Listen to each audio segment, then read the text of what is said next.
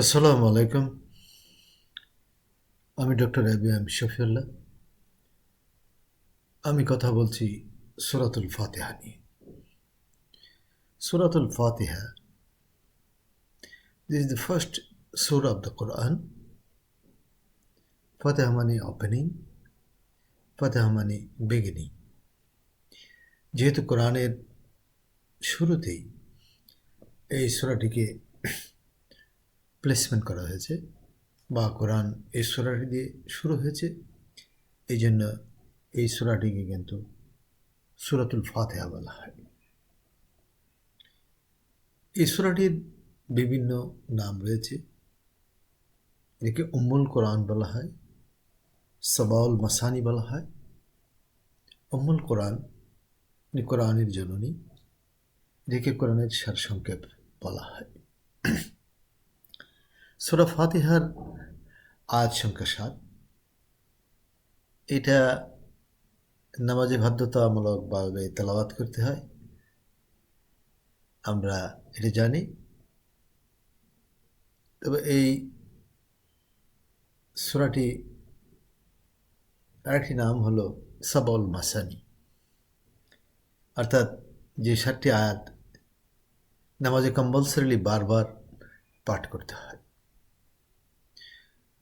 এই সূরাটির বিষয়বস্তুর দিকে যদি খেয়াল করেন, তাহলে একটা বেশি খেয়াল করবেন যে এই সূরাটি মূলত একটা অঙ্গীকার।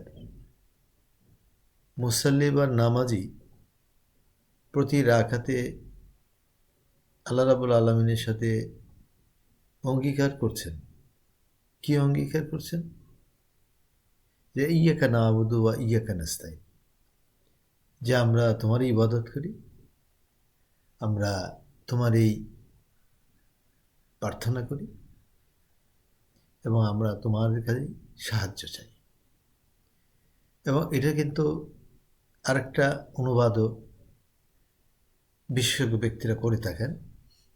সেটা হলো যে ইয়াকা না'বুদু, অর্থাৎ আমরা তোমারই ইবাদত করব, ওয়া ইয়াকা নাস্তাইন, এবং তোমার কাছে আমরা সাহায্য চাইব।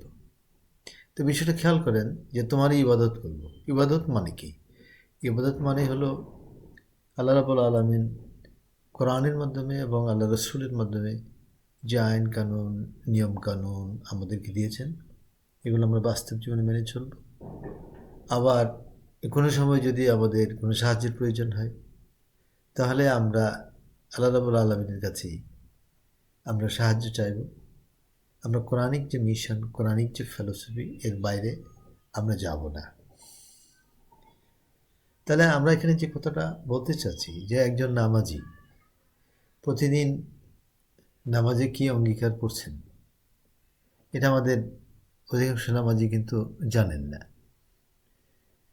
আরবি ভাষা না জানার কারণে আমাদের মুসল্লিগণ আল্লাহ রাব্বুল আলামিনের সাথে যে প্রতিদিন যে অঙ্গীকার করছেন, যে ইয়াকা না'বুদু ওয়া ইয়াকা নাস্তাইন, আবার প্রতিবার অঙ্গীকার করছেন, কে অঙ্গীকার করছেন এটা জানেন না। সরি, যে এই সূরাটি একটি অঙ্গীকার। নামাজি প্রতি রাকাতেই আল্লাহ রাব্বুল আলামিনের সাথে অঙ্গীকার করছেন যে আমি তোমার ইবাদত করব, আমি তোমার হুকুম আহকাম মেনে চলব, এবং যদি সাহায্যের প্রয়োজন হয় তোমার কাছে সাহায্য চাইব। কিন্তু এখানে একটা বাস্তব সত্য, যেটা আরবি ভাষা না জানার কারণে আমাদের অধিকাংশ নামাজি জানেন না যে প্রতিদিন নামাজে দাঁড়িয়ে তিনি কি অঙ্গীকার করছেন। তাই নামাজি সাবধান হওয়া উচিত যে আমি বারবার অঙ্গীকার করব, প্রতিদিন 5 ওয়াক্ত নামাজে আমি অঙ্গীকার করব, পরক্ষণে আমি আবার অঙ্গীকার ভাঙবো। ইট শুড নট বি, এটা হওয়া উচিত না। আমি আশা করি এই ভিডিওটি আপনাদের ভালো লাগবে। আপনাদের সবাইকে অনেক অনেক ধন্যবাদ।